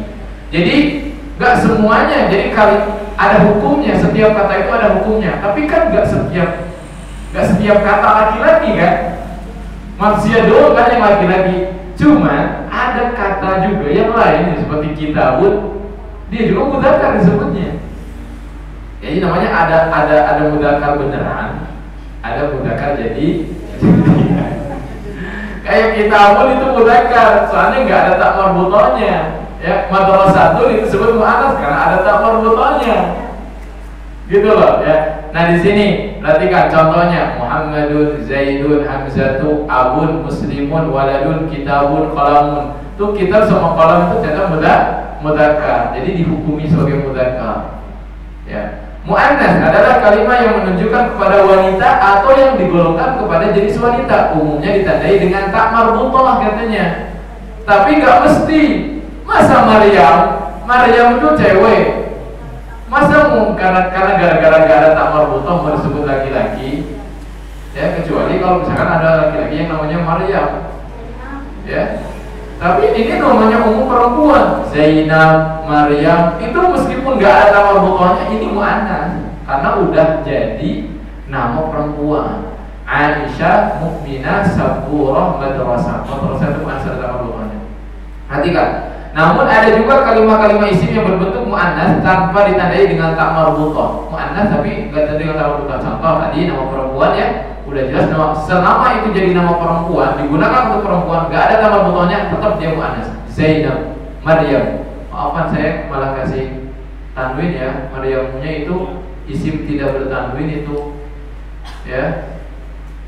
Isim tidak bertanwin. Iya. Ini kan umum, kita sedang membahas mudzakkar muannas ya, nanti ya umum juga. Ada yang ke isim ghair munsharif, ada yang ke isim mufrad ya. B. Kalimah yang diakhiri dengan alif ta'nis maksurah, sugra, kubra, yumna, qiyamah kubra, bukan qiyamah kabir, tapi qiyamah kubra, qiyamah sugra. Kan qiyamah itu kan muannas, disifati ya harus dengan muannas kubra, bukan kabir. Nah, kalimah yang diakhiri dengan alif ta'nis mamdudah, sahra'u, baydha'u, safra'u, itu juga muannas. Kalimah isim yang dianggap muannas atau memiliki makna berpasangan, ini sekilas ini mudzakkar, tapi karena dia punya pasangan syamsun, pasangannya matahari ya, jadi dia muannas. Yadun, tangan, ya hadhihi yadun, bukan hadza yadun. Ainun, mata, dua pasangan. Nafsun, jiwa, itu juga dikatakan dalam Al-Quran ya ayyatuha, bukan ya ayyuha, tapi ya ayyatuhan nafsu. Karena jiwa itu berpasangan, ada jiwa yang baik, ada jiwa yang buruk. Jamak taksir ini jadi muannas. Rusulun, masajidu, arjulun, ya, gitu. Ya, kalau pusing jangan masukkan ke kepala kamu, ya. Ini biasa aja, ya. Tetap fokus pada yang tadi, poin-poin yang tadi saja. Huruf itu muannas, Pak. Misalkan ini alif, hadhihi alif, bukan hadza alif. Karena alif itu muannas, ya. Nama kota Sunda, Bandung, Jakarta, hadhihi Jakarta, bukan hadza Jakarta. Ya, karena dia muannas. Ya, barakallahu fikum. Kita masuk ke dalam tiga lafaznya. Yuk. Nama halaman 21, mengenal i'rab atau perubahan kalimat dalam kurung langkah kedua, yaitu apa? 1, 3 lafaz isim. Jadi isim-isim yang mu'rab tadi yang 9, dari mulai mufrad, mutanna, jamak mudzakkar salim, jamak salim, jamak taksir, asmaul khamsah, isim maksur, isim manqus, dan al-ismul ladzi la yansharif atau ghairu munsharif, itu akan kita masukkan ke dalam 3 lafaz. 3 lafaz ini harus dihafal, berusaha dihafal ya. Baik. Di antara langkah metode MLP yang kedua adalah menempatkan setiap jenis isim mu'rab ke dalam 3 lafaz atau 3 perubahan. Perhatikan tabel berikut ini. Nomor 1, jenis isimnya mufrad. Lihat ada lafaz 1, 2, 3, warna merah, warna kuning, warna hijau. Itu bunyinya Muhammadun, Muhammadan, Muhammadin. Ayo. Muhammadun, Muhammadan, Muhammadin. Musannanya rajulani, rajulaini, rajulaini. Rajulani, rajulaini, rajulaini. Jamak mudzakkar salim sekarang. Mu'minuna, mu'minina, mu'minina. Mu'minuna, mu'minina, mu'minina. Jamak muannas salim. Muslimatun, muslimatin, muslimatin. Muslimatun, muslimatin, muslimatin. Jamak taksir, ingat jamak taksir sama dengan isim mufrad. Kalau kita menemukan jamak taksir, yaitu jamak yang dia tuh pecah dari mufradnya. Ini saya contohkan auladun, itu dari kata waladun, seorang anak. Auladun, anak-anak. Ya, perubahannya persis dengan isim mufrad, pakai dhammah, pakai fathah, pakai kasrah. Auladun, auladan, auladin.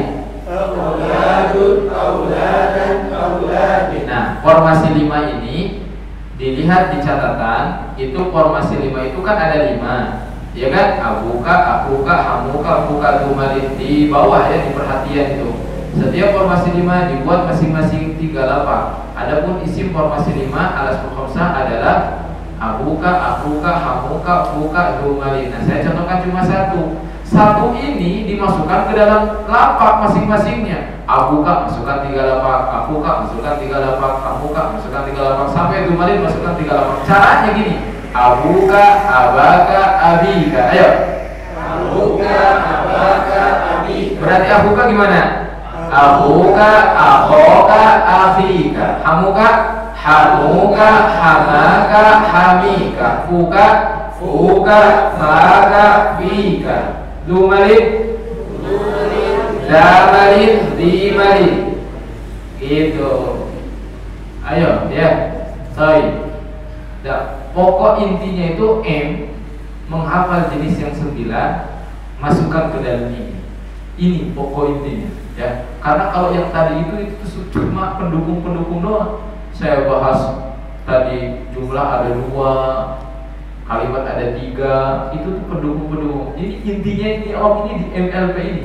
Kalau ingin bisa ngelok, yang dimana ini kendala terbesar dalam ilmu nahwu, ya.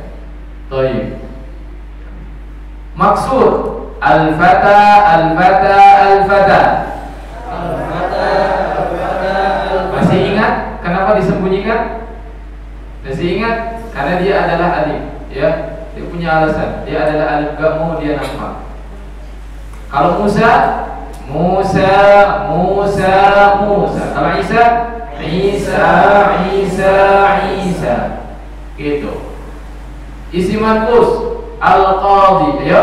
Al-qadi, al-qadiyah, al-qadi. Ar-radi, ar-radi, ar-radiyah, ar-radi. Al-hadi, al-hadi, al-hadiyah, al-hadi. Yang terakhir, isim yang tidak bertanwin itu sebetulnya isim mufrad atau jamak taksir, ya. Cuman dia punya kekhususan tertentu, nggak mau menerima tanwin sehingga dia dihukum. Lapa ketiganya jangan pakai kasrah, tapi pakai fathah lagi. Salmanu, Salmana, Salmana. Salmanu, Salmana, Salmana. Coba Sulaiman. Sulaimanu, Sulaimana, Sulaiman. Ibrahim, Ibrahimu, Ibrahima, Ibrahim.